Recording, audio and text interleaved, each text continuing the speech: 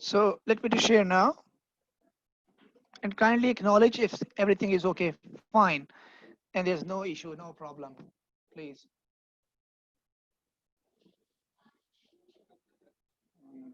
Where's the file? I'm not looking.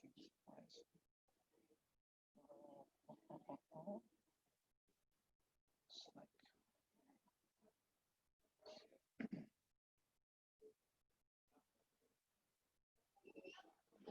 so we have to share like this molecule.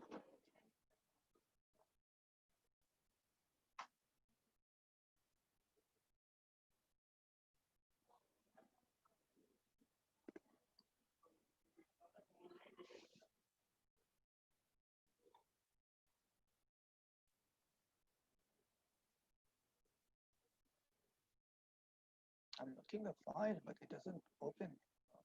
Maybe.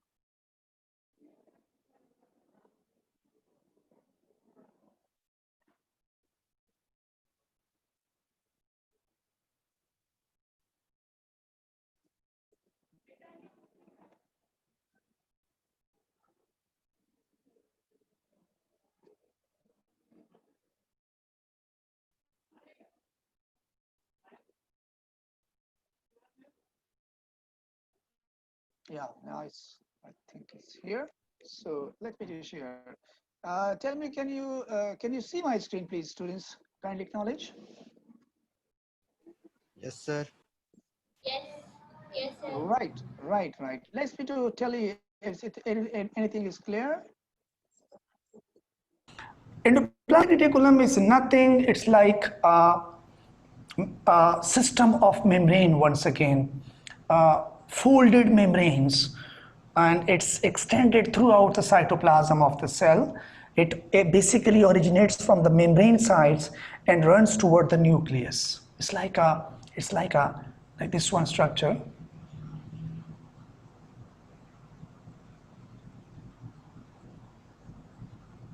Look at this one.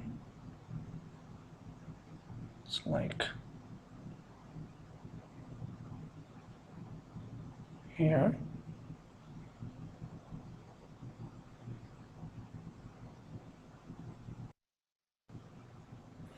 Now, if you can see, here is the plasma membrane. That is the plasma membrane of the cell.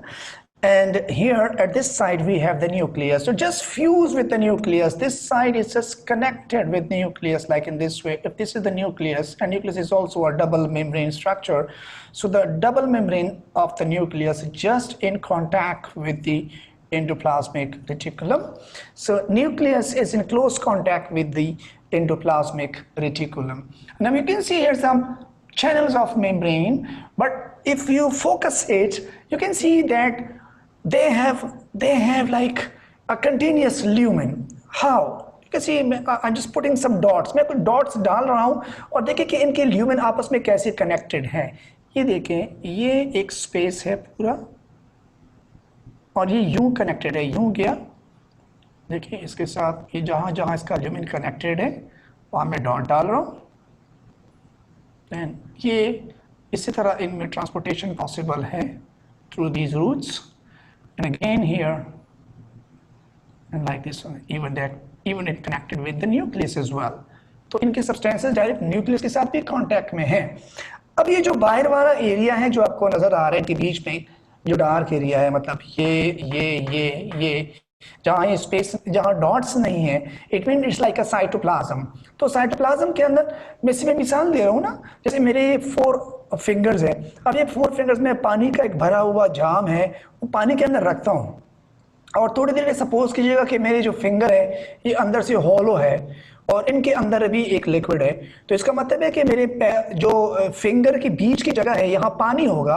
It means यहाँ cytoplasm है, और ये जो finger है hollow, ये tubes हैं endoplasmic reticulum के।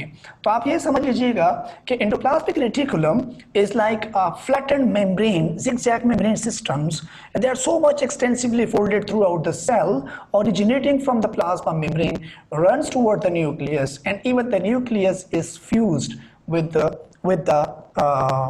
double membrane, with the membrane of the endoplasmic reticulum.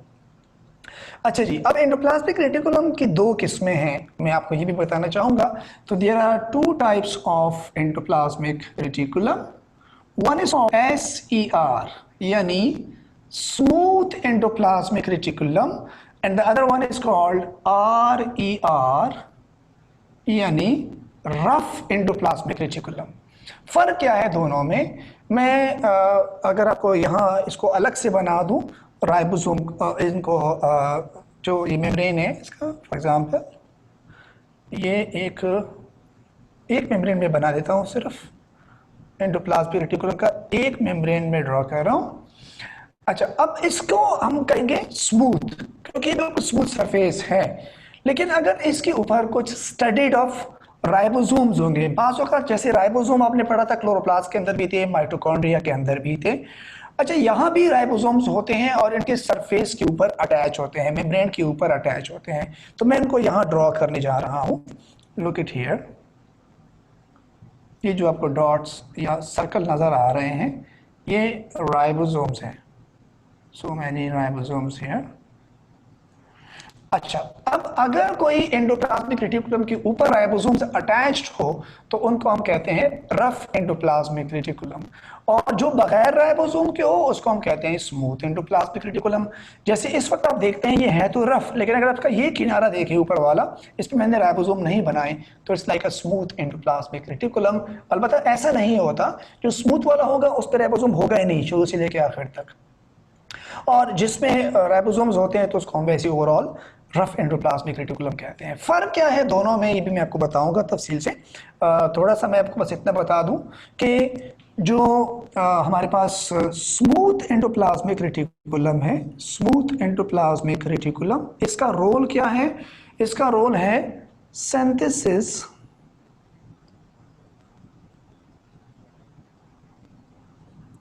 And processing, synthesis and processing of what? Of protein. ऐसे भी जहां राइबोसोम का नाम आता है वहां प्रोटीन का नाम जरूर आता है, क्योंकि SER का असल काम होता है प्रोटीन बनाना। जबकि अगर आप RER की बात करते हैं, रफ एंडोप्लाज्मिक रेटिकुलम की, तो ये भी सिंथेसिस करता है, लेकिन किस चीज की? Right, students, so here now one of the correction, as I told you in the previous class as well, that SER is not basically involved in the synthesis and processing of protein, ratherly it is involved in the synthesis and processing of fats, steroids, lipids. ये मैंने आपको पिछले class के अंदर भी बताया था, चूंकि वो वीडियो के अंदर यहाँ पे एक छोटी सी गलती है, so do the correction. Smooth endoplasmic reticulum protein के प्रोसेसिंग में इन्वॉल्व नहीं होता, बल्कि किसके इन्वॉल्व होता है? स्टीरॉइड में। और ये जो ऊपर सेंटेंस लिखा है इसके लिए रफ ER होता है जो नीचे लिखा हुआ है। आप सब समझ रहे हो मेरी बात? आवाज आ रही है सबको? एक्नॉलेज करो। यस सर, आ रही है। ठीक है, तो स्मूथ वाला भी न्यूक्लियस से जुड़ा हुआ होता है। स्मूथ एंडोप्लाज्मिक रेटिकुलम के ऊपर राइबोसोम नहीं होते और ये ज्यादातर न्यूक्लियस से अवे होता है, लेकिन ऐसा नहीं है कि बिल्कुल नहीं होता, कुछ जगहों पे ये न्यूक्लियस के बहुत करीब भी होता है। और इसका जो रोल है वो असल में, इसका रोल ज्यादा समझना जरूरी है, वो स्टीरॉइड यानी फैट्स बनाना है और इसको प्रोसेस करना है, जबकि रफ एंडोप्लाज्मिक रेटिकुलम का ताल्लुक जो है वो होता है प्रोटीन के साथ। ठीक है, आगे चलें जी, प्लीज फोकस कीजिएगा।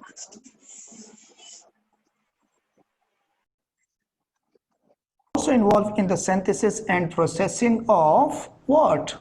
Of steroids. ये steroids जो कि यूजुअली फैट्स होते हैं, उनके डेवलपमेंट में इस्तेमाल होता है। तो ये बात तय हो गई कि there are two types of endoplasmic reticulum, one is called smooth endoplasmic reticulum and one is called rough endoplasmic reticulum. And what is endoplasmic reticulum? It's like a single, एक बात याद रखिएगा, it's not a double membrane structure, it's a single membrane structure. ये एक ही membrane है जो कि fold बने हुए हैं, large folds have been created and these folds usually originates from the plasma membrane and extends toward the nucleus। यहाँ से भी आ रहे होंगे, यहाँ से भी आ रहे होंगे, यहाँ से भी आ रहे होंगे, सेल के हर तरफ से आ रहे होते हैं और पूरी साइटोप्लाज्म में फैले होते हैं। लेकिन जरूरी नहीं है कि इस ऑर्डर में होंगे, बाज़ औक़ात आपको ये अलग अलग भी मिलेंगे, एक पूरे एक बंच के फॉर्म में मिल जाएंगे। फॉर एग्जाम्पल यहाँ पर भी आपको नजर आ रहे होंगे, इसी तरह आपको मुख्तलिफ जगह में सेल्स के अंदर नजर आ सकते हैं, लेकिन प्रॉब्लली मोस्टली ये इनका जो स्ट्रक्चर होता है वो कुछ यूँ होता है। अब जहाँ मैंने डॉट्स डाले हैं ये एक कंपार्टमेंट बन गया, एक ही कंपार्टमेंट बना है क्योंकि एक ही मेम्ब्रेन है, ये बाहर जगह तो साइटोप्लाज्म है। तो इसको कहते क्या है बेसिकली, ये जो इसका अंदर वाला कंपार्टमेंट है जो कि इसके अंदर है, आई मीन एंडोप्लाज्मिक रेटिकुलम की जो कैविटी है अंदर, इसको कहते हैं सिस्टर्नल स्पेस या सिस्टर्नल ल्यूमेन या सिस्टर्नल कैविटी। तो सिस्टर्नल स्पेस जो है वो ज़्यादा मशहूर है, इसलिए मैं इसको सिस्टर्नल स्पेस के नाम से आपको बता देता हूँ। सिस्टर्नल स्पेस या इसको आप सिस्टर्ना भी कह सकते हैं, सिस्टर्ना, और प्लूरल होगा सिस्टर्ने, यानी सिस्टर्ना या फिर सिस्टर ना सिंगुलर, और अगर आप ई लगा देंगे तो प्लूरल हो जाएगा, सारी कैविटी जो है वो सिस्टर्ने स्पेस हो जाएगा। तो एंडोप्लाज्मिक रेटिकुलम का पहले मैं स्ट्रक्चर बता देता हूँ। क्योंकि एक मेम्ब्रेन है इसलिए हम डायमीटर की तो बात ही नहीं कर सकते, क्योंकि मेम्ब्रेन का डायमीटर कहाँ से होगा, अलबत्ता मेम्ब्रेन की विड्थ की बात करते हैं। तो मेम्ब्रेन कोई भी हो, वो प्लाज्मा मेम्ब्रेन हो, वो गोल्जी बॉडी का मेम्ब्रेन हो, वो माइटोकॉन्ड्रिया का मेम्ब्रेन हो, वो क्लोरोप्लास्ट का मेम्ब्रेन हो, उसकी जो विड्थ होती है ना, माइक्रोस्कोपिक विड्थ, बेटा वो याद रखिएगा, वो होती है तकरीबन मैं यहाँ लिख देता हूँ 7 to 10 नैनोमीटर, बहुत पतली होती हैं ये। 7 to 10 नैनोमीटर है, ये क्या चीज़ है, ये मेम्ब्रेन की विड्थ होती है, यानी विड्थ ऑफ द मेम्ब्रेन। कोई भी मेम्ब्रेन हो, वो प्लाज्मा मेम्ब्रेन क्यों ना हो, इसलिए किसी भी सेल का मेम्ब्रेन हम आम यूजुअल माइक्रोस्कोप से नहीं देख सकते। तो एक तो ये बात हो गई। तो as compared to mitochondria, as compared to chloroplast, endoplasmic reticulum is a single membrane structure and the membrane is extensively folded to form a membrane channel system throughout the cytoplasm. It extends from the plasma membrane and runs toward the nucleus and fuses its membrane with the membrane of the nucleus in such a way that they become so much close, like they look like a single structure. They can easily exchange substances with the nucleus from the rest of the cytoplasm. And the cavities inside these endoplasmic reticulums are called space. So this is about the view of the structure. Now we will discuss about its function. कि क्या फायदा है इसका, ये सारे channel well बना के nucleus के साथ अटैच होके काम क्या कर रहा है। तो अब मैं बहुत इंपॉर्टेंट बात की तरफ लेके आ रहा हूँ आपको, प्लीज कॉन्सेंट्रेट कीजिएगा। सबसे पहली बात तो आप ये याद रखिएगा कि प्रोटीन की जो सिंथेसिस होती है वो किस तरह होती है। बेटा एक बात याद रखो, प्रोटीन, जी बेटा अब आपका शुरू हो गया प्रोटीन सिंथेसिस, इसका फंक्शन शुरू हो रहा है। ये स्ट्रक्चर आप लोगों ने अच्छी तरह समझ लिया ना, मैंने दोबारा भी रिपीट करवा दिया आप लोगों को स्ट्रक्चर। तो आई थिंक सो अब यहाँ स्ट्रक्चर के अंदर कोई प्रॉब्लम नहीं होनी चाहिए, इजंट इट? ठीक है, अब इसका फंक्शन शुरू हो रहा है, इसको प्लीज जरा अच्छी तरह समझने की कोशिश करें। मैं दोबारा चला रहा हूँ, प्लीज फोकस कीजिएगा। प्रोटीन एक ऑर्गेनिक मॉलिक्यूल है जो कि बना किसी से, सेवरल यूनिट से बना है। वो एक यूनिट क्या है प्रोटीन का, आप कहोगे अमाइनो एसिड, नहीं, अमाइनो एसिड तो इसका बिल्कुल मोनोमर है, बेसिक यूनिट है। अमाइनो एसिड और प्रोटीन के बीच में एक यूनिट और आता है जिसको हम कहते हैं, क्या कहते हैं, क्या कहते हैं, बता देता हूं। तरतीब बता देता हूं। एक वर्ड आप लोगों ने बहुत बार सुना होगा, पॉलीपेप्टाइड। तो पॉलीपेप्टाइड जो है ये किस चीज से बनता है? ऑफ कोर्स अमाइनो एसिड से। तो पॉलीपेप्टाइड बनता किस चीज से है? इससे जो छोटा यूनिट है वो है amino acid. Amino acid, amino acid जब बहुत सारे जोड़ते हैं तो एक लंबी चेन बनती है अमाइनो एसिड्स की, और पूरी चेन को हम कहते हैं पॉलीपेप्टाइड। ये पॉलीपेप्टाइड एक यूनिट है। इसको अगर आप प्रोटीन कहोगे तो भी गलत नहीं होगा, लेकिन इसको हम कहेंगे सिंपल प्रोटीन, सादा प्रोटीन। एक सिंगल चेन है लंबी सी, इसमें 500 या 600 अमाइनो एसिड जुड़े हुए हैं, इसको हम कहते हैं सिंपल प्रोटीन, या प्राइमरी प्रोटीन भी कह सकते हो इसको, पॉलीपेप्टाइड का दूसरा नाम। लेकिन ये बनता सिर्फ और सिर्फ अमाइनो एसिड से है। अब आप अगर इन पॉलीपेप्टाइड को भी आपस में जोड़ दें, 4-5 यूनिट्स मिला दें, उससे बनता है ओरिजिनल कॉम्प्लेक्स प्रोटीन, जो मेजॉरिटी फंक्शन में इस्तेमाल होते हैं। यानी आपकी बॉडी में जो एंजाइम्स हैं, बॉडी में जो हार्मोन्स है, आरबीसी या आरबीसी जो है रेड ब्लड सेल्स, ये सारे प्रोटीन से बने हैं। और ये जो प्रोटीन्स है ये कॉम्प्लेक्स प्रोटीन है, ये वाले पॉलीपेप्टाइड नहीं है। ये पॉलीपेप्टाइड वैसे भी हमारी बॉडी में किसी काम के नहीं है। हमारी बॉडी में जितने भी प्रोटीन होते हैं वो कॉम्प्लेक्स फॉर्म में होते हैं। तो पॉलीपेप्टाइड की मिसाल मैं आपको यूं दूं, जैसे कि एक रूम है, एक कमरा है, एक रूम के एक दीवार के अंदर जो एक ब्लॉक लगा है वो अमाइनो एसिड है। और जब बहुत सारे अमाइनो आपस में जुड़ते हैं तो वो एक दीवार बनाते हैं, वो दीवार एक पॉलीपेप्टाइड है।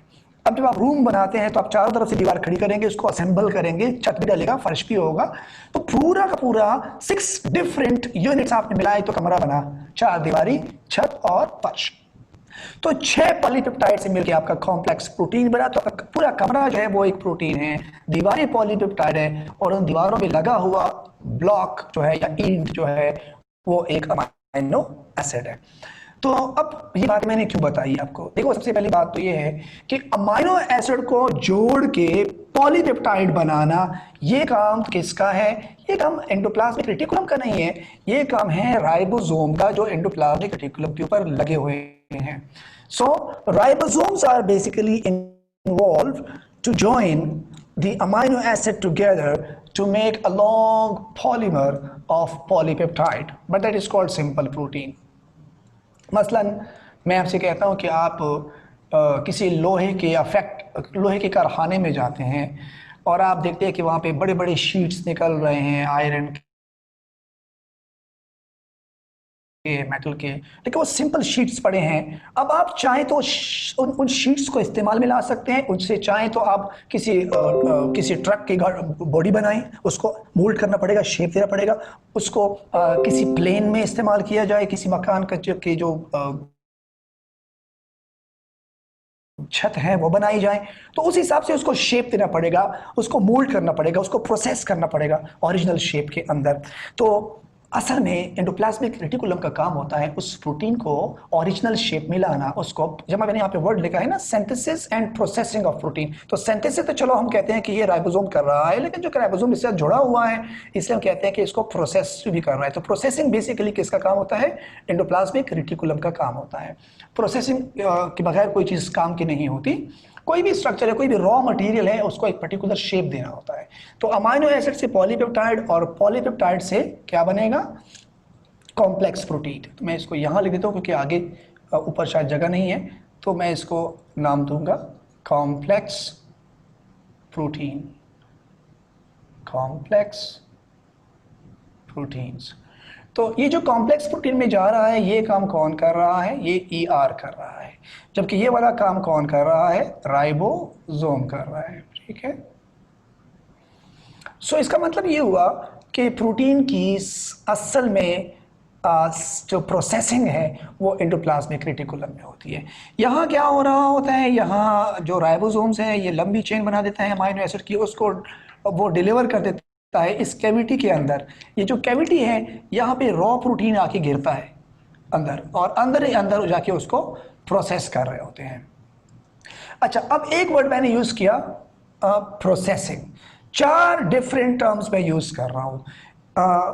ये जो कॉम्प्लेक्स प्रोटीन है पॉलीपेप्टाइड से कॉम्प्लेक्स प्रोटीन करने में एक तो हो गया प्रोसेसिंग, तो ये पॉइंट जो है कॉम्प्लेक्स प्रोटीन, इसका इनडायरेक्ट मतलब हुआ क्या चीज़, प्रोसेसिंग, यानी ये प्रोसेसिंग है। एक काम तो ये किया एंडोप्लाज्मिक रेटिकुलम में। दूसरा वर्ड जो मैं लगा रहा हूँ प्रोसेसिंग के अलावा वो है असेंबलिंग।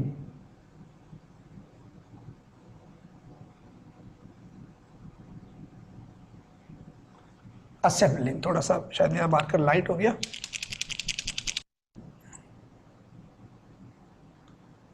एक पॉलीपेप्टाइड की चेन जिसमें बहुत सारे अमाइनो एसिड आपस में जुड़े हुए हैं। अब ये चेन है सीधी, हमें चेन नहीं चाहिए भाई। एक आदमी है, उसकी बाल करली है, क्यों होते हैं? क्योंकि उसके अंदर कैराटीन होता है, एक किस्म का प्रोटीन है जो कि करली प्रोटीन होता है। अब अगर किसी के बाल करली है तो उसमें तो स्ट्रेट अमाइनो एसिड्स की चेन नहीं हो सकते, उसको प्रोसेस करना पड़ेगा। तो यूजुअली ये इस फॉर्म में भी हो सकता है या इसको मुख्तलिफ फॉर्म से कन्वर्ट किया, यूं किया। सर ये हेयर में नहीं और किसी जगह में इस्तेमाल हो सकता है। तो ये कहलाता है प्रोसेसिंग। अगर आप प्रोटीन को एक स्ट्रेट चेन से दूसरे फॉर्म में कन्वर्ट करते हैं, दैट इज कॉल्ड प्रोसेसिंग। तो ये तो हो गई।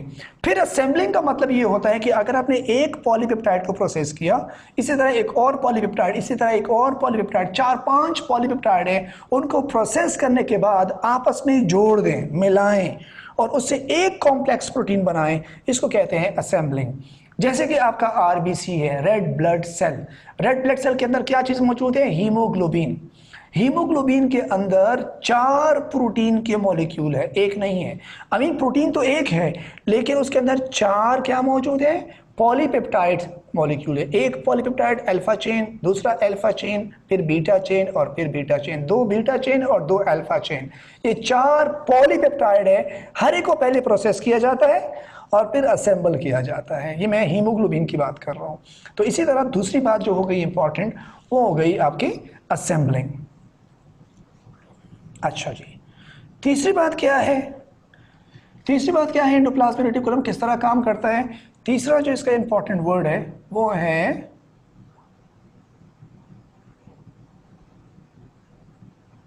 पैकिंग। पैकिंग का मतलब क्या होता है? किसी चीज को कवर करके पैक कर देना। अच्छा, जैसे मैंने आपको एक बात यहां बताई है कि ये सिंथेसिस और प्रोसेसिंग कर रहा होता है, लेकिन इसके साथ एक बहुत ही इंपॉर्टेंट फंक्शन और भी है किसका? एंडोप्लाज्मिक रेटिकुलम का, और वो फंक्शन है पैकिंग एंड ट्रांसपोर्टिंग। जब आप किसी चीज़ को ट्रांसपोर्ट करते हैं, फॉर एग्जांपल आप किसी होटल में जाते हैं, खाना खाते हैं, वहाँ से कुछ पार्सल लेके आते हैं, आप क्या कहते हैं वेटर को? इसको पैक कर दें। पैक करने का मतलब है मैं इसको यहाँ से लेके जा रहा हूँ। तो जब किसी चीज़ को ट्रांसपोर्ट करना होता है, उसको पैक करना ज़रूरी होता है। इसलिए यहाँ जो प्रोटीन रिफाइन होगा, प्रोटीन प्रोसेस होगा और असेंबल होगा, उस प्रोटीन को एंडोप्लाज्मिक रेटिकुलम अपने लिए नहीं बना रहा, उसको आगे ट्रांसपोर्ट करेगा। जाहिर सी बात है, प्रोटीन हमारे बॉडी में एंजाइम्स होते हैं, हमारे पिगमेंट्स बनते हैं, हमारे हेयर्स है, हमारे नेल्स हैं, टेंडन है, कार्टिलेज है, बहुत सारी प्रोटीन है। तो एंडोप्लाज्मिक रेटिकुलम के अंदर थोड़ी रहेगा, उनको आगे मुख्तलिफ जगहों को ट्रांसपोर्ट कराना भी तो है। तो ट्रांसपोर्ट करने से पहले उसको पैक कराया जाता है। अब वो पैकिंग कैसी होगी मैं भी आपको समझाऊंगा। और आखिरी पॉइंट जो इसका आ रहा है चौथा, वो है ट्रांसपोर्टेशन। अब आ गया आखिरी जुमला, ट्रांसपोर्टेशन ऑफ प्रोटीन। तो ये चारों पॉइंट जो आप लिख रहे हैं ये प्रोटीन के लिए हैं, और ये कौन कर रहा है? रफ एंडोप्लाज्मिक रेटिकुलम कर रहा है। यानी क्या क्या चीजें हो गई? Processing, assembling, packing and transportation of what? Of protein molecules. तो आइए जरा देखते हैं कि ये प्रोसेसिंग होती कैसे है। I am so sorry, processing तो मैंने समझ दी आपको, असेंबलिंग भी बात हो गई, ये पैकिंग और ट्रांसपोर्टेशन कैसे होती है, तो इस पे मैं आपको थोड़ा सा यहाँ बताना चाहूँगा। आप इसको थोड़ा सा प्लीज फोकस कीजिएगा। नेक्स्ट सपोज कि मैं एक डायग्राम एक बना देता हूँ बड़ा। ये एक एंडोप्लाज्मिक रेटिकुलम का एक फोल्डेड मेम्ब्रेन मैंने दिखाया आपको, और चलिए इसके साथ एक और भी बना देते हैं, 2 कर लेते हैं चलिए, ताकि इसको ज़रा आसान बना देते हैं। ठीक है जी, so this is another membrane. अच्छा, अब इसके अंदर मैं आपको बता रहा हूँ कि इसके ऊपर जनाब ये लगे हैं कुछ, आई डोंट नो आपको नज़र आ रहा है या नहीं, थोड़ा सा मेरा ये मार्कर लाइट है। तो ये मैं इसके ऊपर कुछ राइबोसोम बिठा रहा हूँ। अच्छा जनाब, एनीवे इन राइबोसोम ने क्या किया कि इन राइबोसोम ने अमाइनो एसिड को जोड़ा और पॉलीपेप्टाइड बना दिया। पॉलीपेप्टाइड मैं ये बना रहा हूँ पॉलीपेप्टाइड डॉट्स की शक्ल में, यहाँ आ रहे हैं पॉलीपेप्टाइड अंदर कैविटी के अंदर क्रॉस करिए मेम्ब्रेन को अंदर आए, और इन्होंने जब यहाँ पर आ गए तो पहला काम हो गया प्रोसेसिंग का। प्रोसेसिंग यही चल रही है। अब ये प्रोसेस हो के उसके बाद असेंबलिंग भी हो गई। जब पैकिंग की बात होगी तो पैकिंग याद रखिएगा हमेशा उस जगह पे होगी जहाँ राइबोसोम्स, कोशिश होती है कि राइबोसोम नहीं होते। फॉर एग्जांपल मैं कहूँगा कि ये जो लास्ट किनारा है इस पे राइबोसोम्स नहीं होते, और इसकी जो प्रोसेसिंग होती है वो यहाँ आके कंप्लीट हो जाती है। तो यहाँ पर आके अब इसके दो किनारे होते हैं, एक वो एज जहाँ इसकी प्रोसेसिंग शुरू होती है और एक वो वाला एंड जहाँ पे इनकी प्रोसेसिंग ख़त्म होती है। तो इस वाले एंड पे प्रोटीन तैयार हो गया है, अब इसकी पैकिंग भी हो गई है, इसको यहाँ से ट्रांसपोर्ट करना है। तो ट्रांसपोर्टेशन कैसे होगी, अब इसको मैं थोड़ा सा आपको समझा रहा हूँ। मैं इस जगह को थोड़ा मैग्नीफाई कर लेता हूँ, ये देखिएगा, ये सिर्फ नीचे वाला किनारा बना रहा हूँ मैं, ये वाला, ये जो मैं बॉक्स में बंद कर रहा हूँ, सिर्फ ये वाली जगह मैं दिखा रहा हूँ आपको कि अब प्रोसेसिंग कैसी हो रही होती है। ये है वो प्रोसेस फूड जिसको हमने ट्रांसपोर्ट करना है। पैक तो ऑलरेडी है ये मेम्ब्रेन के अंदर, अब इसको ट्रांसपोर्ट कराना है। तो इसकी ट्रांसपोर्टेशन होगी कैसे, होगा ये कि ये जो इसका मेम्ब्रेन है it will be pinched on. Pinched of का मतलब होता है मेम्ब्रेन अंदर की तरफ से इन्विजिनेट करना। The membrane is going to be invaginate from both the sides like in this way. Look at here, look at here.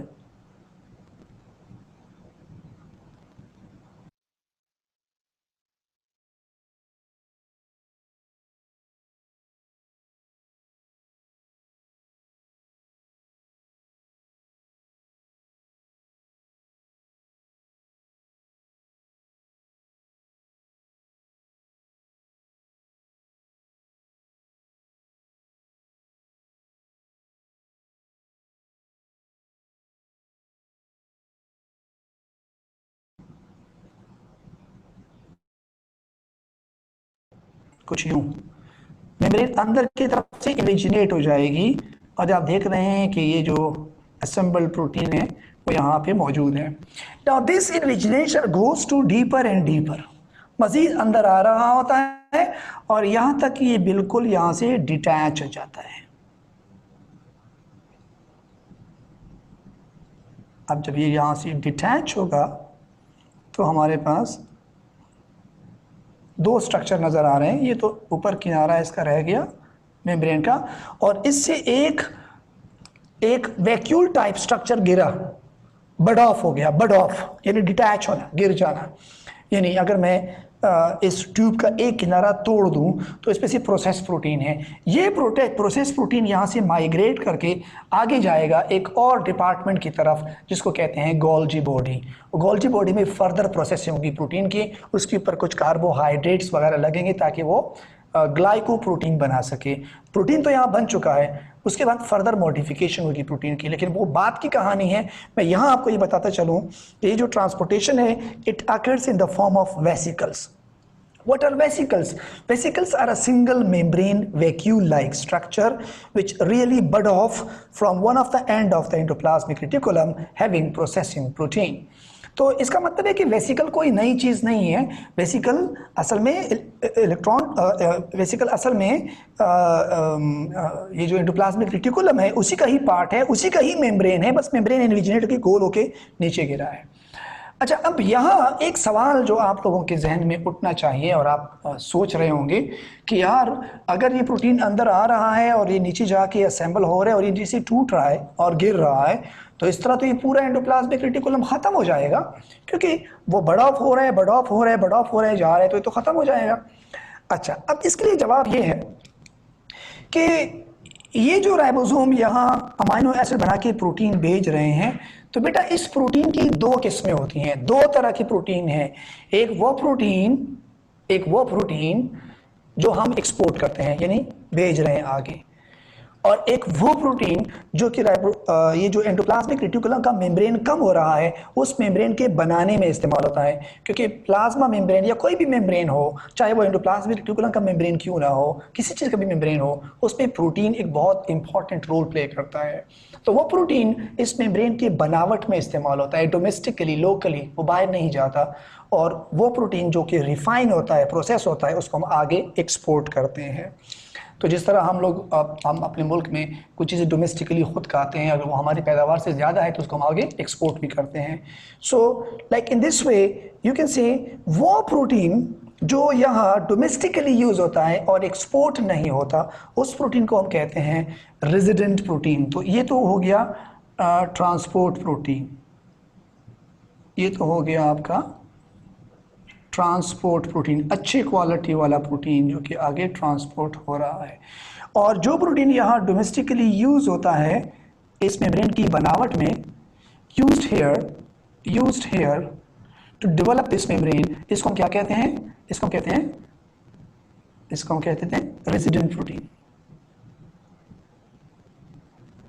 या इसको एक और भी नाम देते हैं रेजिडुअल प्रोटीन। रेजिड्यू किससे निकला है?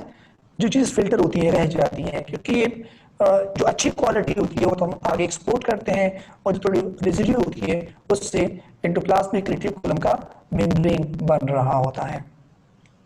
तो इन दिस वे, अच्छा मैं इसका नाम भी लिख दूं, इसको मैंने क्या बताया कि ये जो वैक्यूल है, छोटा सा स्ट्रक्चर है, इसको हम कहते हैं vesicle.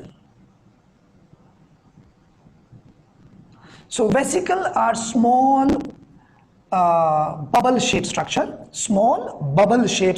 made up of a single membrane, which are actually bud off, detached from the one of the end of the endoplasmic reticulum, and that contains the processed and assembled protein that should be transported to the next organelle, which is actually Golgi body.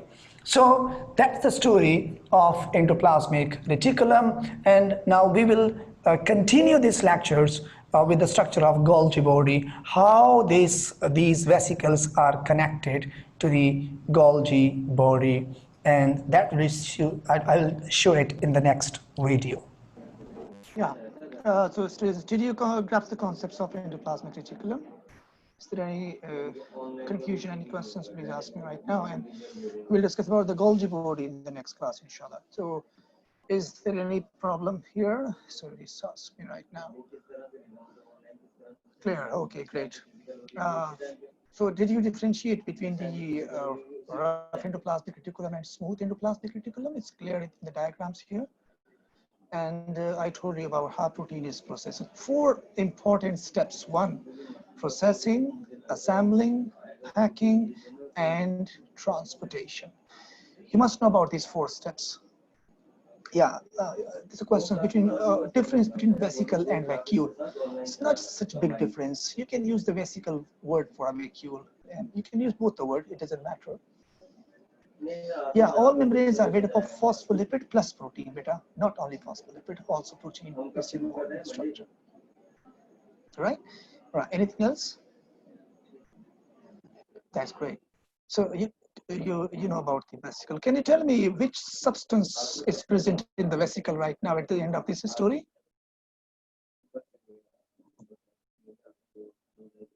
Yeah, phospholipid will be added later on in the Golgi body. Right now, phospholipid is, phospholipid. What is lipid? Lipid is steroids. That means fats. So that the smooth endoplasmic reticulum, which is involved in the synthesis of the phospholipids, not. Sir मैं पूछ रहा हूँ कि जो आपने कहा ना कि एंडोप्लाज्मिक रेटिकुलम, जी आवाज चली गई आपकी, दोबारा बताएं।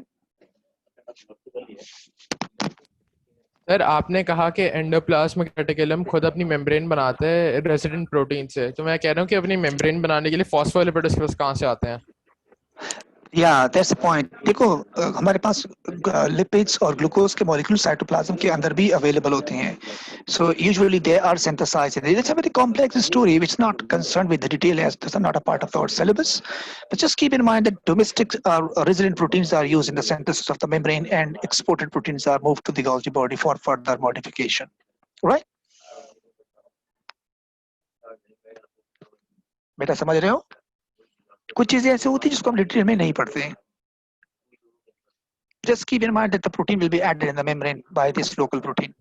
Okay sir. ठीक है बेटा. Any अच्छा other सर, thing सही. else? जी. चलो then, inshallah ta'ala, then see you in the next class tomorrow, and we will discuss inshallah in the next class. Allah Hafiz.